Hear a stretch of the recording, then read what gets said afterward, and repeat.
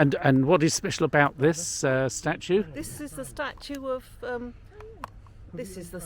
of a famous Viking warrior called Byrhtnoth.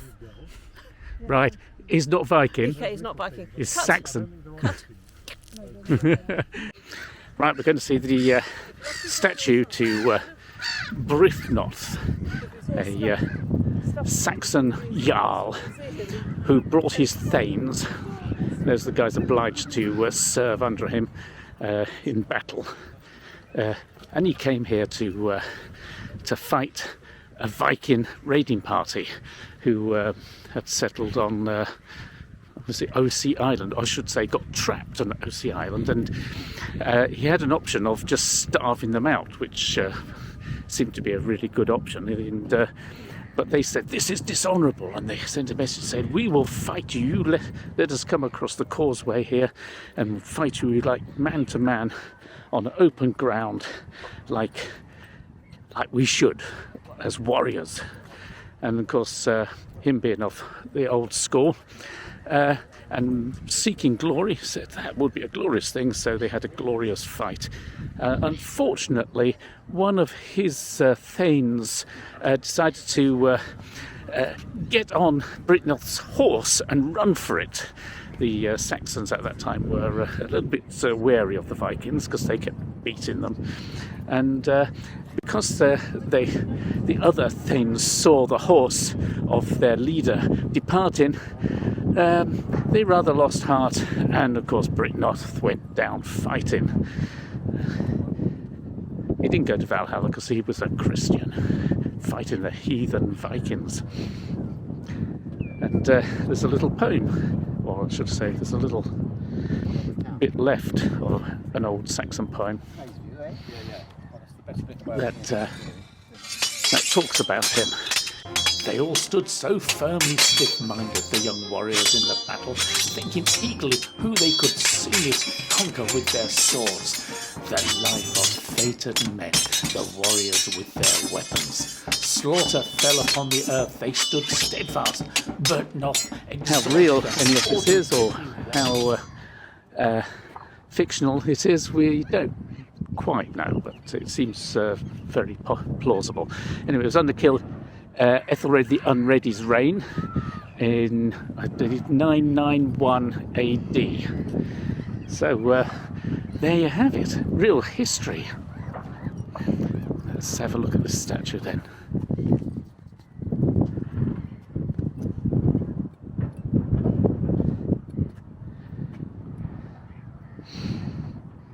It says he was probably aged about 68, that's what it says on the plaque down here, well, when he confronted the Vikings at the Battle of Maldon. No, it wasn't 1991. Oh, 991. 991. Helen is a little bit historically challenged. She thinks the Vikings invaded a mere 100 years ago. Or 20 years ago. But that was when the TV series started. Yeah.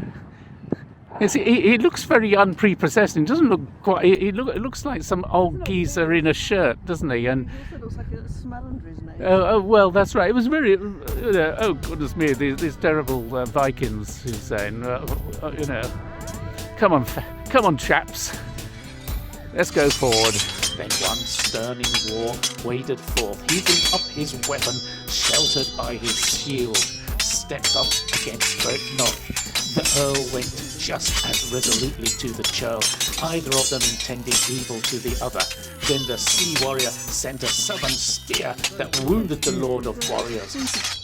Pointy bit at the front. You should say it's a Viking boat. This is where the Vikings came. They landed and left their boats behind after a big battle.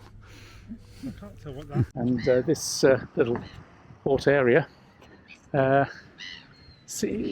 dates back to about the 17th century, although, as I mentioned before, you had Byrhtnoth and his thanes floating around here, so there would have been Saxon settlements, and but it was also a place where the Vikings could come in and count their booty before going back up to Denmark. So as you can see, it's a very marshy area, lots of inlets, lots of places where you can go and hide a boat and land boats quite easily without being bothered too much about locals coming at you. This is the local church of St Mary the Virgin. Awful lot of churches around here, and they usually have Saxon provenance followed by a bit of Norman reconstruction.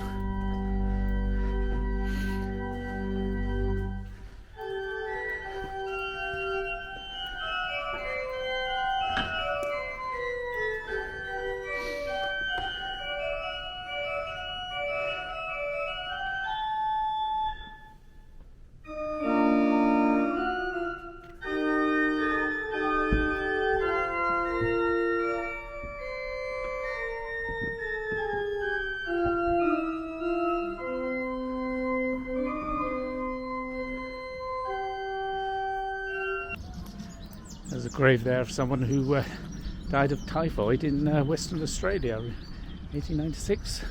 So he was obviously shipped down here, and for a guinea or 100 shillings, probably landed in Clacton, which, if you see one of my earlier postings, used to accept bodies brought in from the steamers. If you're English, you just have to have a 99er at the seaside, if this can be called the seaside, the mud side, isn't that what it is really? It is the mud side. The mud side. But you've got to have a 99er.